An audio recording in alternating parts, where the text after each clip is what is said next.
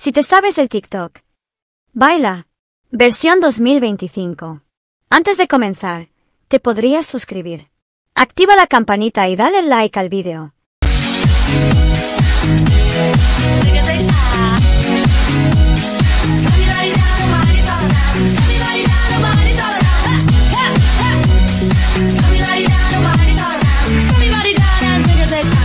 If you want my future, forget my past.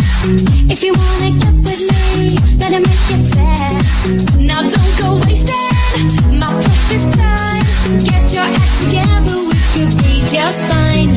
I'll tell you what I want, what I really, really want. Don't tell me what you want, what you really, really want. I wanna really, really, really wanna take a taste. If you wanna be my lover, you gotta get with my friends. Making love forever, friendship never ends. If you wanna be my lover, you have got to give. Taking it too easy, but that's the way it is. El reto de vivir 24 horas en una casa en medio del mar es una propuesta que combina elementos de supervivencia, resistencia física y mental, aventura extrema y entretenimiento audiovisual, diseñada especialmente para captar la atención del público en plataformas digitales como YouTube, TikTok o Instagram. Este tipo de desafío ha ganado popularidad en los últimos años gracias a creadores de contenido que buscan experiencias únicas, fuera de lo común, que generen impacto visual, emocional y viral. La premisa básica consiste en que una o varias personas se instalan en una estructura habitable, comúnmente denominada casa, pero ubicada no en tierra firme, sino flotando en aguas abiertas, lejos de la costa, y deben permanecer allí durante un periodo continuo de 24 horas sin abandonar el lugar, salvo en caso de emergencia real o peligro inminente. La casa en cuestión puede variar mucho en diseño y complejidad. En algunos casos se trata de una plataforma flotante construida específicamente para el reto, con paredes, techo y mobiliario básico. En otros, puede ser una balsa ampliada y equipada con comodidades mínimas como colchones, toldos y utensilios de cocina. E incluso, en producciones más ambiciosas, se han utilizado casas prefabricadas transportadas por barco y ancladas estratégicamente en zonas de mar relativamente calmo.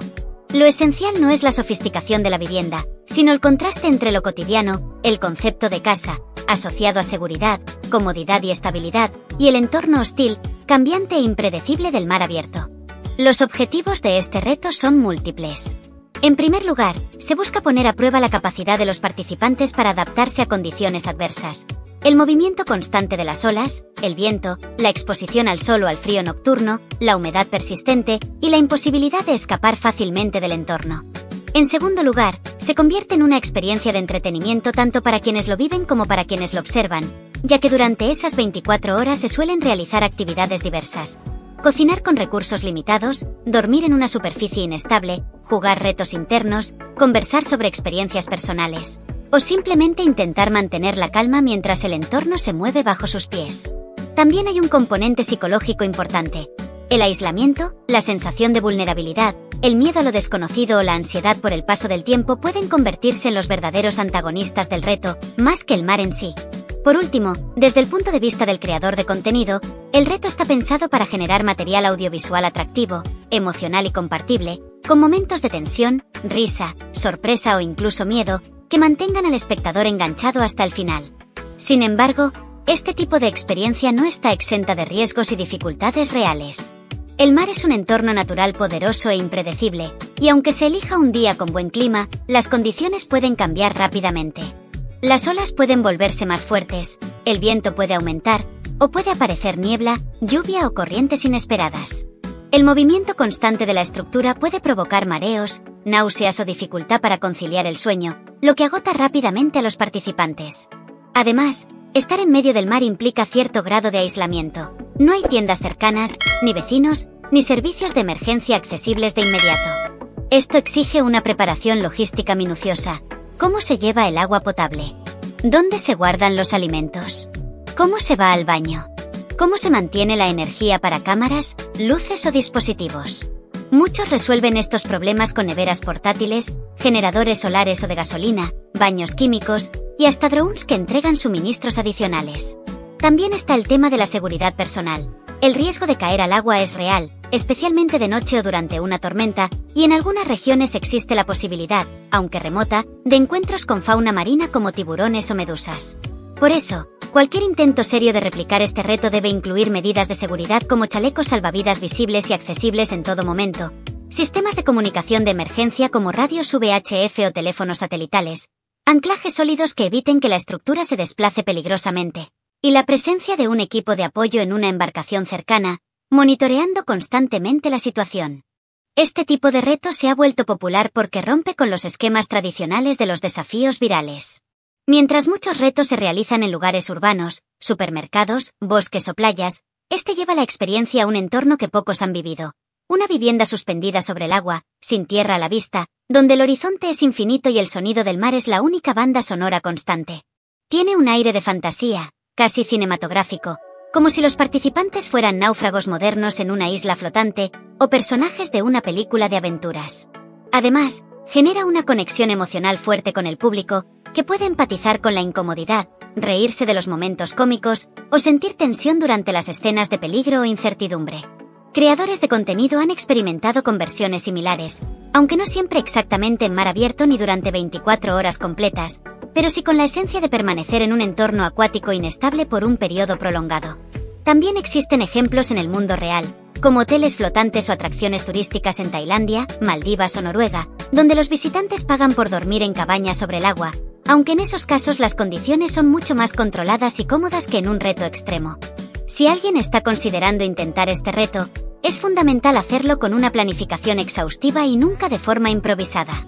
Primero, se debe contar con un equipo de apoyo que supervise desde una lancha o barco cercano, listo para intervenir en caso de emergencia.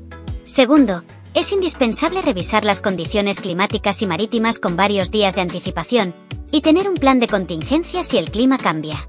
Tercero, se deben obtener los permisos legales correspondientes, ya que en muchos países colocar una estructura flotante en aguas territoriales requiere autorización de la Guardia Costera o autoridades marítimas. Cuarto, se debe equipar el lugar con lo esencial para la supervivencia: agua potable en abundancia, alimentos no perecederos, botiquín médico, protección solar, ropa abrigada para la noche y sistemas de iluminación y comunicación. Quinto, jamás se debe hacer solo. Siempre es recomendable estar acompañado, tanto por razones de seguridad como por el factor psicológico. Tener con quien hablar puede marcar la diferencia entre aguantar las 24 horas o rendirse antes de tiempo. Y por supuesto, no se puede olvidar el aspecto audiovisual. Cámaras resistentes al agua, baterías extra, micrófonos que capten bien el sonido del viento y el mar, y una buena edición posterior que cuente la historia de forma atractiva. Ahora, para profundizar en el sentido de esta experiencia, vale la pena plantearse algunas preguntas reflexivas. ¿Qué nos dice este reto sobre nuestra relación con la comodidad y la seguridad en la vida moderna? Este reto es un recordatorio de lo dependientes que somos de estructuras estables, servicios inmediatos y entornos controlados. Al salir de esa burbuja, aunque sea voluntariamente y por solo un día, nos damos cuenta de lo frágil que es nuestra sensación de control. Dormir en una superficie que se mueve, no tener acceso a un baño convencional, o depender del clima para sentirnos cómodos, nos confronta con una realidad que la mayoría ha olvidado: que la vida, en su estado más básico, es incierta. Nos recuerda que la comodidad es un privilegio construido, no un derecho natural, y que cuando se quita, afloran instintos, emociones y capacidades que normalmente permanecen dormidas. ¿Por qué nos atrae tanto ver a otros someterse a estas condiciones extremas? En parte, porque nos permite experimentar el riesgo sin correrlo. Es una forma segura de vivir la adrenalina, el miedo, la superación. También porque en el sufrimiento ajeno, cuando es voluntario y no trágico, encontramos inspiración, diversión o catarsis. Ver a alguien luchar contra el aburrimiento, el frío o el mareo nos hace sentir que no estamos solos en nuestras propias incomodidades cotidianas. Además, hay una fascinación ancestral por las historias de supervivencia. Desde los mitos de héroes que cruzan mares hasta las películas de náufragos, el ser humano siempre ha estado cautivado por quienes desafían los límites de la naturaleza. Este reto es una versión moderna, domesticada y filmada, de esas historias. ¿Qué revela este reto sobre la necesidad humana de crear contenido y compartirlo? Muestra hasta qué punto nuestras experiencias están mediadas por la mirada del otro. Hacer algo extremo ya no es suficiente. Hay que documentarlo, editarlo, subirlo y esperar la validación en forma de likes, comentarios o suscriptores. Eso transforma la experiencia. Ya no es solo vivirla, sino representarla. El participante no solo enfrenta el mar, sino también la presión de hacerlo interesante para la cámara. Revela que, en la cultura digital, El valor de una experiencia muchas veces se mide por su capacidad de ser consumida por otros. Y eso plantea una paradoja. Entre más auténtico y crudo sea el momento, más valor tiene, pero también más riesgo se corre al exponerlo. ¿Hasta qué punto estamos dispuestos a sacrificar nuestra comodidad, e incluso nuestra seguridad, por un vídeo que genere millones de visitas? La respuesta varía según la persona, pero en muchos casos, la línea se difumina. Hay quienes lo hacen por pasión, por amor a la aventura, por el simple hecho de probarse a sí mismos. Pero también hay quienes, consciente o inconscientemente, asumen riesgos mayores de los necesarios porque saben que el contenido extremo atrae más atención. Y en una economía basada en el engagement, esa atención se traduce en ingresos, oportunidades, fama. El peligro está en normalizar el riesgo como moneda de cambio. No todos los que intentan este reto están preparados, y no todos los que lo ven entienden lo que realmente implica. Por eso, es crucial que quienes lo emprenden lo hagan con responsabilidad, preparación y conciencia de que, más allá de las vistas, está su vida y su bienestar. ¿Qué aprendemos de nosotros mismos cuando aceptamos un desafío así? Aprendemos que somos más resilientes de lo que creemos, pero también más vulnerables. Descubrimos cómo reaccionamos al aburrimiento prolongado, al miedo sordo, a la incomodidad constante. Aprendemos a valorar lo pequeño, un vaso de agua fresca, una hora de sueño sin interrupciones, una conversación sincera. También aprendemos sobre nuestras relaciones, quién nos acompaña, cómo nos tratamos bajo estrés, qué tan bien escuchamos o apoyamos al otro.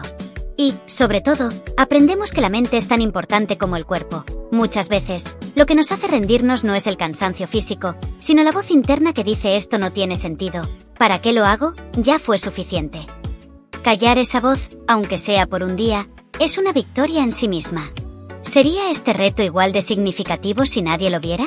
Probablemente perdería su dimensión pública, viral y económica, pero ganaría en profundidad personal. Sin cámaras, sin expectativas de audiencia, el reto se convierte en un diálogo íntimo con uno mismo y con la naturaleza. Ya no se trata de entretener, sino de experimentar, de estar presente, de observar cómo cambia la luz en el agua, cómo suena el viento en la oscuridad, cómo se siente el cuerpo al adaptarse a un entorno móvil. En esa versión invisible, el reto recupera algo casi espiritual. Es un retiro forzado, una meditación activa, un recordatorio de que no necesitamos ser vistos para ser valientes, ni aplaudidos para ser fuertes. El verdadero desafío, entonces, no es durar 24 horas, sino vivir cada minuto de esas 24 horas con plena conciencia, sin distracciones, sin máscaras. ¿Qué dice este reto sobre nuestro deseo de controlar lo incontrolable? Construir una casa, símbolo máximo de estabilidad y pertenencia, en medio del mar, símbolo de cambio, movimiento y caos, es un acto profundamente simbólico. Es como intentar poner orden en lo impredecible, como querer domesticar la naturaleza sin entender que ella tiene sus propias reglas. Y eso es, en el fondo, lo que muchos hacemos en la vida. Construimos rutinas, planes, estructuras, como si eso nos protegiera del azar. Este reto nos recuerda, con crudeza poética, que por mucho que intentemos anclar nuestra casa, el mar siempre va a moverla. Y que tal vez, la verdadera sabiduría no está en resistir ese movimiento, sino en aprender a balancearnos con él. Vivir 24 horas en una casa en medio del mar es mucho más que un simple reto viral. Es una experiencia que pone a prueba los límites humanos en un entorno simbólico y poderoso. Combina lo familiar con lo desconocido, lo cómodo con lo incómodo, lo seguro con lo peligroso. Es una metáfora de la adaptación, de la resiliencia, y del deseo humano de explorar y desafiarse a sí mismo, incluso cuando eso significa salir de la zona de confort de la manera más literal posible, levantando el hogar del suelo y colocándolo sobre las olas. Para el espectador, es entretenimiento puro, con momentos de tensión, humor y asombro. Para el participante, es una lección de humildad frente a la naturaleza, una aventura inolvidable, y probablemente, una de las 24 horas más largas y más intensas de su vida. Y al reflexionar sobre sus implicaciones, entendemos que este tipo de desafíos no solo entretienen, sino que también nos invitan a cuestionar qué valoramos, qué tememos, qué buscamos, y hasta dónde estamos dispuestos a llegar para sentirnos vivos, vistos, o simplemente, diferentes. ¿Qué significa realmente hogar cuando lo sacamos de su contexto natural?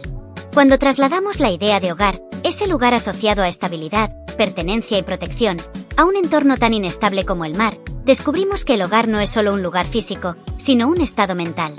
La casa en medio del mar puede tener paredes y techo, pero si no hay calma interior, no se siente como hogar.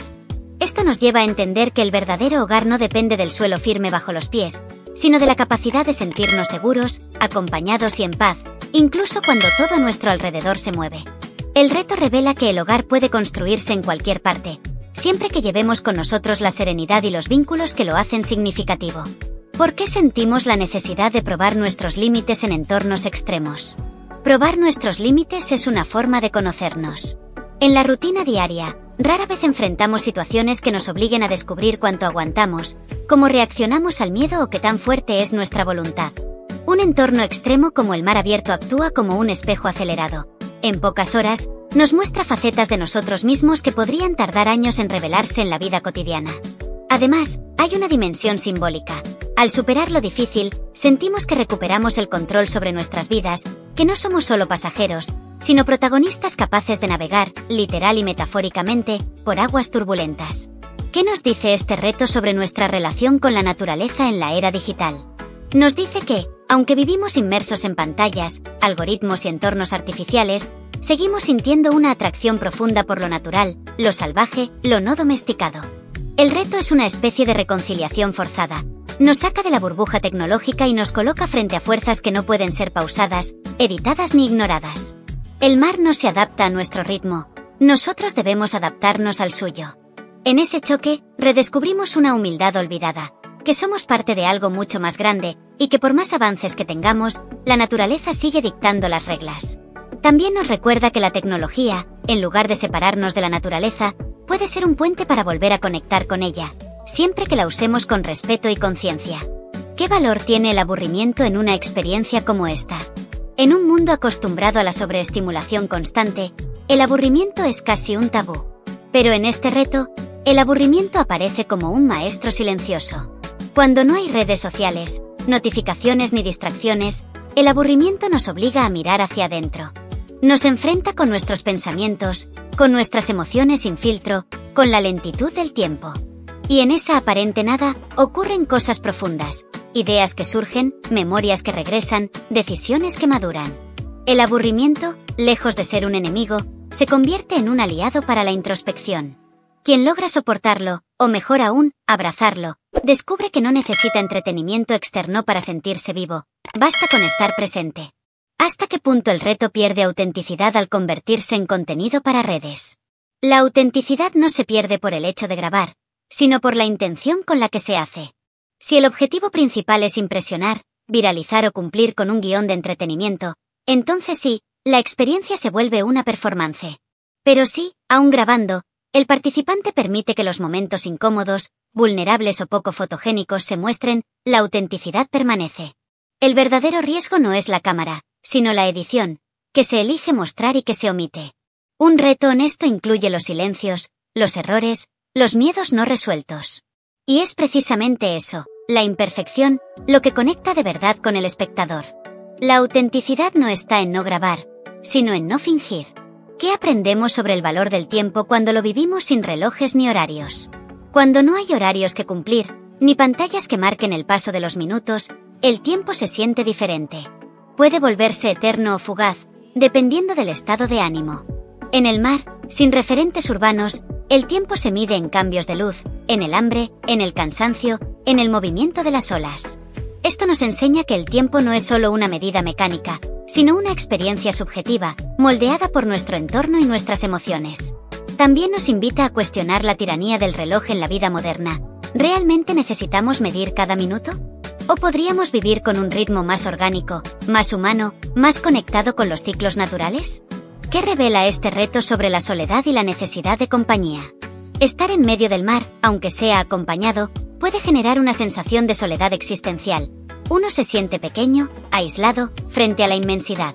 Pero también revela lo contrario, que la compañía humana, una palabra, un gesto, una risa compartida, puede ser un ancla emocional. En condiciones extremas, no es el alimento ni el techo lo que más sostiene, sino la presencia del otro. Este reto pone en evidencia que somos criaturas profundamente sociales.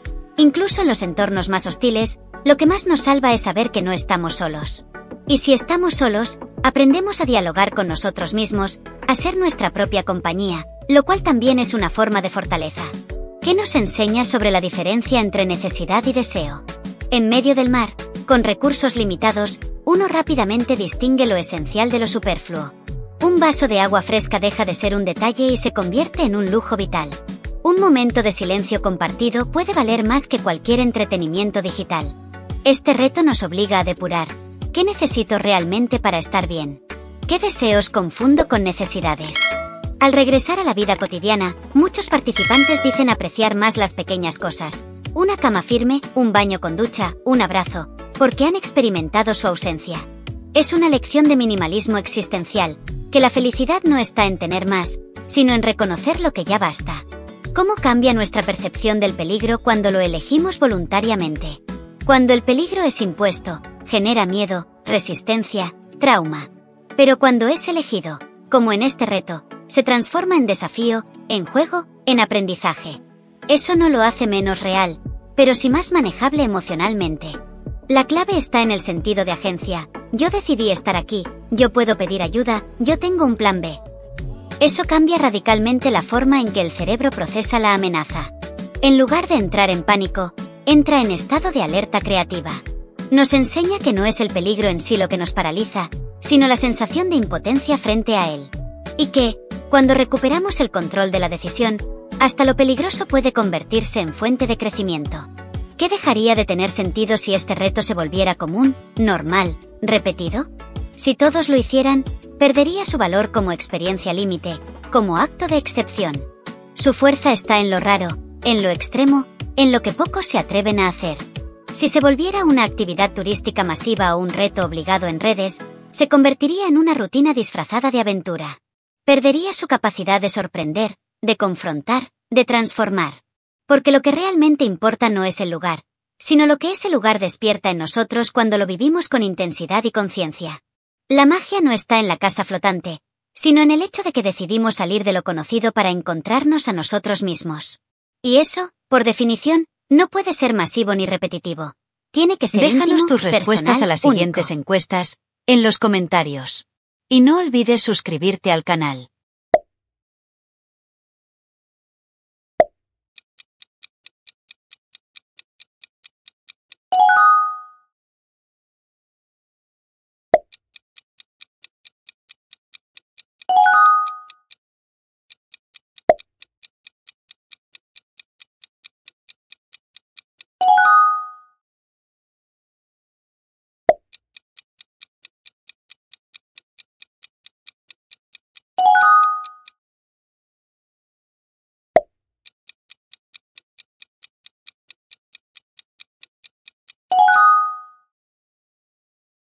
Llega el club con el combo, rápido la vi lejos. Se pintaban los labios y la copa como espejo. Se acercó poco a poco y yo queriendo que me baile. Luego me dijo vamos que te enseño buenos aires. Y nos fuimos en una, empezamos a la 1. Y con la nota rápido nos dieron las 3.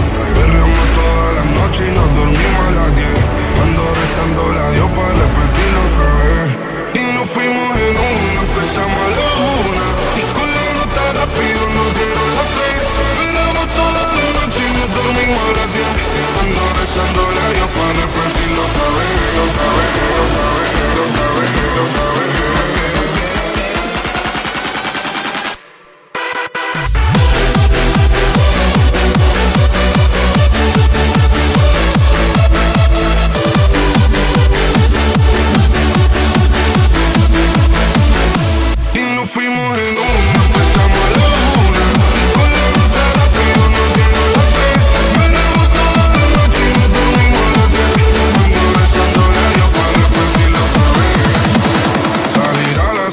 Del party ella se quedó mirándonos a los ojos, no al reloj.